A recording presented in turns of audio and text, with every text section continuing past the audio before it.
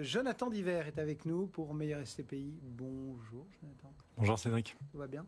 ça va très bien. Merci d'être avec nous en ce lundi de Pentecôte sur le pont pour évoquer les SCPI. Alors bien sûr, on va parler de performance, on va vous donner des chiffres, mais on remet chaque fois l'ouvrage sur le métier parce que c'est important.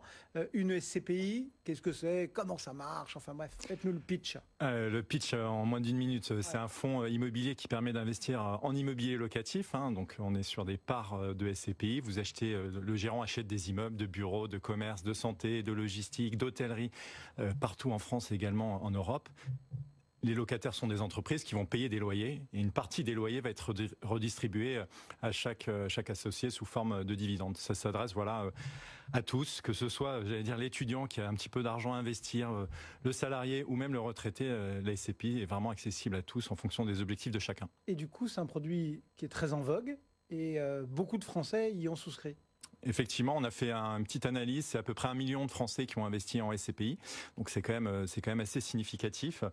Pourquoi? Parce qu'en fait, les Français aiment le côté tangible de cet investissement. C'est 12 000 actifs situés principalement en France, mais également en Europe. 17 millions de mètres carrés, des locataires, plus de 17 000 locataires. Avec, quand on regarde par exemple en Ile-de-France, on a 4 400 locataires qui sont actifs immobiliers qui sont situés en Ile-de-France, également en région. On voit bien que l'épargnant français, il a besoin d'avoir ce côté tangible et de se dire, mon patrimoine, mon épargne, sert à quelque chose, elle est réelle. Malgré tout, l'épargnant qui ce matin vous entend, il se dit, oh là là, je vais prendre une part d'un truc qui possède des immeubles, on va me refiler une partie des loyers. C'est très transparent ou c'est un peu opaque les SCPI? Selon mon point de vue, c'est sans doute un des produits de placement actuellement qui est le plus transparent de l'ensemble des produits de placement. Et je pèse bien mes mots en disant sur l'ensemble des produits de placement, que ce soit des placements financiers ou des placements immobiliers.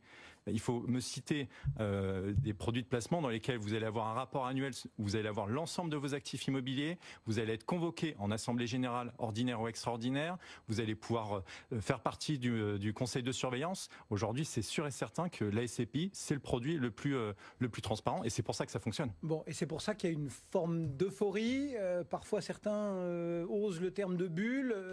C'est pour ça qu'il y a un grand engouement là-dessus?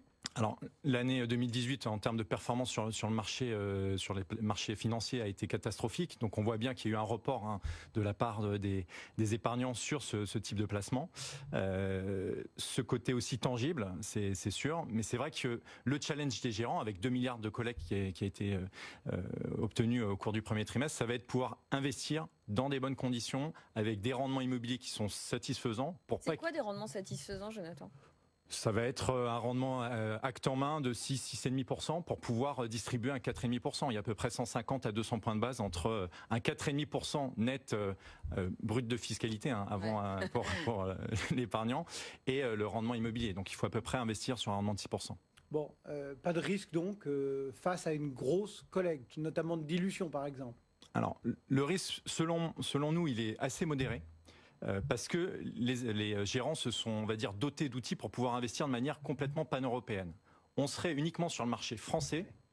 Là, ce serait pas le même sujet. Il y a eu de la diversification. Voilà, il y a eu de la diversification. C'est 15 pays. C'est, quand on regarde sur les 3 dernières années, c'est presque 7 milliards d'euros qui ont été investis dans une quinzaine d'immeubles. Donc ça fait, pour 3 millions de mètres carrés, on est à peu près à 2300, 2400 euros du mètre en moyenne. Alors c'est vrai qu'on mélange beaucoup de choses dedans, mais quand on regarde le prix moyen par rapport au prix moyen français, quand on investit en Europe, on est à peu près 2 fois moins cher que les prix de France. Bon, et puis l'avantage, c'est qu'on a un rendement qui tombe, vous en avez dit un mot, et puis on s'occupe de rien d'autre.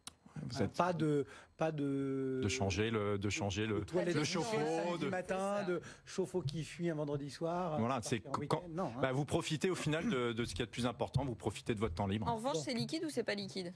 Alors, c'est pas d'une liquidité parfaite. On n'est pas sur les marchés boursiers. On n'appuie pas sur un bouton pour vendre sa part de SCPI. Néanmoins, de toutes les manières, quand on investit en part de SCPI, vous investissez sur une durée qui est très longue. C'est-à-dire? En général, entre 15 et 20 ans. C'est vraiment un placement très long terme.